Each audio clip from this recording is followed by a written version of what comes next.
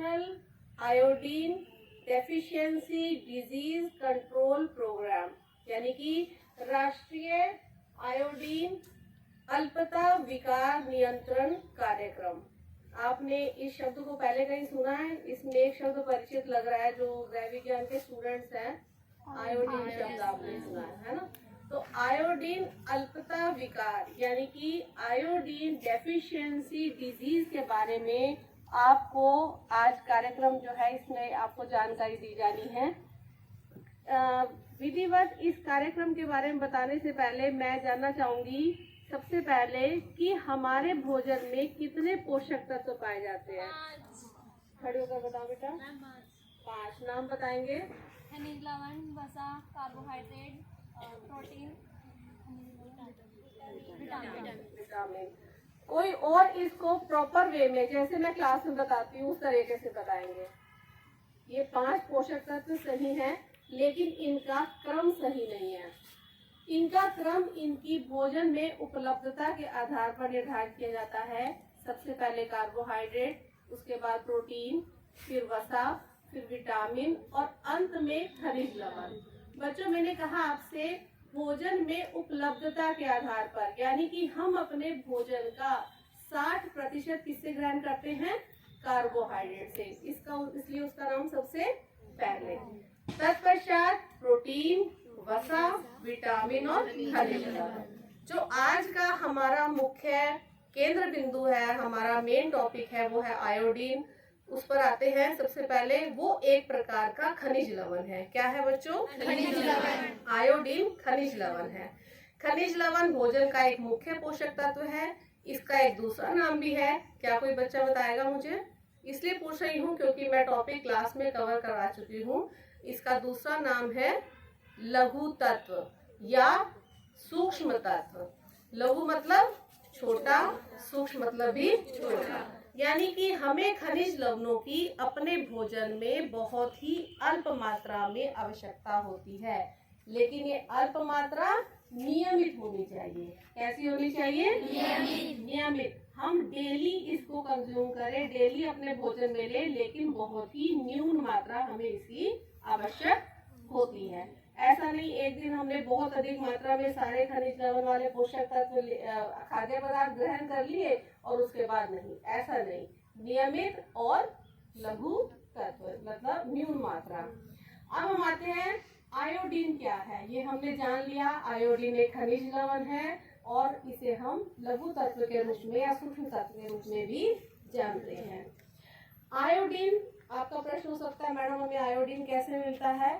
Iodine मुख्य रूप से प्रकृति में मौजूद है, जल के माध्यम से और मिट्टी में मुख्य रूप से तत्व पाया जाता है। लेकिन बच्चों, विभिन्न प्रकार के उर्वरा शक्ति को बढ़ाने के लिए हम जो खाद्य रसायन प्रयोग करते हैं, उससे इसकी मात्रा जो है वो मिट्टी में विभिन्न क्षेत्रों में कम हो गई है।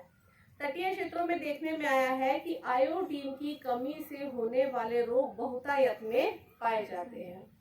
बाढ़ आ जाना, जिन क्षेत्रों में बाढ़ बहुत अधिक मात्रा में आती है, वहाँ की फसल में आयोडीन की मात्रा में कमी देखी गई है। सूर्य की तीव्र रोशनी से भी आयोडीन का प्रभाव कम हो जाता है, लेकिन ये हम उस आयोडीन की बात कर रहे हैं जो हम डायरेक्ट ग्रहण करते हैं। अब आयोडीन की प्राप्ति के स्रोत क्या है? आयोडीन की प्राप्ति के स्रोत है, यदि हमारी फसलों में मिट्टी जो है हमारी पूरी तरह से उपजाऊ है तो हमें प्राकृतिक रूप से आयोडीन प्राप्त हो जाता है। लेकिन वर्तमान में जो हम इस कार्यक्रम के अंतर्गत देख रहे हैं, इसमें हमारा मुख्य रूप से जो फोकस है वो है कि हम आयोडीन युक्त नमक का प्रयोग करें। आयोडीन हमें कहाँ से मिलता है? नमक से। यानी कि आयोडीन युक्त हमें नमक प्रयोग करना है।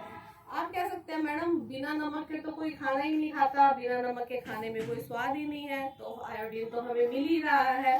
तो कहीं ना कहीं कुछ ना कुछ तो कमी है कि हमें नमक को कंज्यूम करने के लिए ग्लोबल डे बनाना पड़ रहा है कि हम 21 अक्टूबर को ग्लोबल आयोडीन डेफिशिएंसी उन्मूलन कार्यक्रम बना रहे हैं। तो कहाँ कमी है?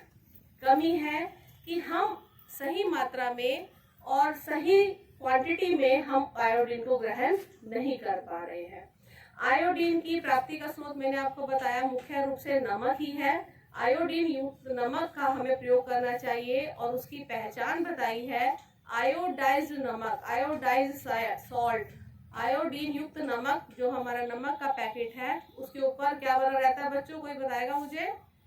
एक सन बना हुआ है और वो मुस्कुराता हुआ सन है, मतलब राउंड में एक सन है, उसकी रेज है और उसका फेस कैसा है? स्माइलिंग। ये इसकी पहचान बताई गई है। और आयोडीन युक्त नमक का हमें सेवन क्यों करना चाहिए? क्योंकि यदि हमारे नमक आयोडीन युक्त नहीं होगा तो हमें आयोडीन की कमी से होने वाले रोग हो जाएंगे। मुख्य रूप से यह रोग थायराइड ग्रंथि से संबंधित है और आयोडीन की कमी से घेंगा रोग हो जाता है, जिसमें थायराइड ग्रंथि जो कि हमारे गले में स्थित है वो लटक जाती है, उसका आकार बढ़ जाता है।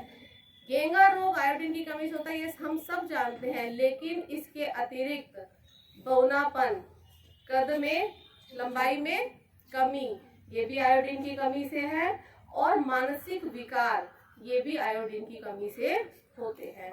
गर्भवती महिला और दुग्धपान कराने वाली माता को यदि आयोडीन की कमी होती है तो बच्चे का मानसिक विकास बाधित हो सकता है। और यदि प्रेगनेंसी में एक पर्टिकुलर लेवल से जो निर्धारित मानक है उनसे यदि कम मात्रा में गर्भवती महिला आयोडीन ग्रहण करती है तो वह मृत शिशु को भी जन्म दे सकती है। यानी कि आप देख सकते हैं कि बहुत कम मात्रा जो ICMR, Indian council of medical research ने एक वयस्क व्यक्ति के लिए आयोडीन की मात्रा निर्धारित की है, 150 माइक्रोग्राम निर्धारित की है। ये लगभग सुई की नोक के बराबर है। नमक की मात्रा नहीं बता रही हूँ बच्चों, किसकी मात्रा बता रही हूँ? आयोडीन की। कितनी मात्रा? जितनी एक सुई की नोक पर आती है इतना हमें आयोडीन चाहिए, और वो हमें किससे मिलेगा? नमक से। और सामान्य मात्रा बताई है नमक की, यदि आप प्रतिदिन 5 ग्राम, जो कि एक चाय का चम्मच भरा हुआ इतना नमक आप कंज्यूम कर रहे हैं आयोडीन युक्त, तो आपको कभी भी आयोडीन की कमी नहीं होगी। अब आपका प्रश्न हो सकता है कि क्या आयोडीन युक्त विकारों को ठीक किया जा सकता है? नहीं, इन्हें केवल नियंत्रित किया जा सकता है, रोका जा सकता है। लेकिन यदि आयोडीन की कमी से होने वाली बीमारी, घेंगा रोग, बोनापन, और भी कई कारण होते हैं बेटा बोनापन के, लेकिन आयोडीन की कमी से होने वाला बोनापन, मानसिक विकार, इन विकारों को ठीक नहीं किया जा सकता। इसलिए हमें पूरी तरह से जागरूक होना है कि हमारे भोजन में किसी भी तरह से आयोडीन की कमी ना होने पाए, स्पेशली जब हम वृद्धि और विकास की अवस्था में हैं। अब आयोडीन नमक की पहचान मैंने आपको बता दी। आयोडीन युक्त नमक का हम अपने घरों में रख रखाव कैसे करेंगे? इसे हमें मुख्य रूप से सीलन से बचाना है। जैसे आप भोजन बनाते समय नमक का प्रयोग कर रहे हैं तो आप गीले चम्मच का प्रयोग ना करें, सूखे चम्मच का करें। और अगर आपके किचन में, रसोई घर में धूप आती है तो हम नमक के डिब्बे को छाया वाले स्थान पर रखें, उससे भी नमक में प्रयुक्त आयोडीन की मात्रा पर कुप्रभाव पड़ता है। ठीक है।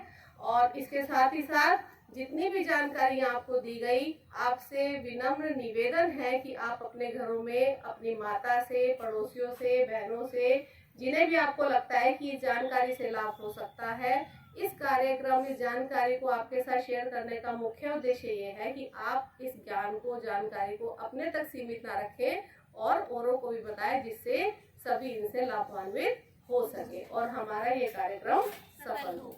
Thank you.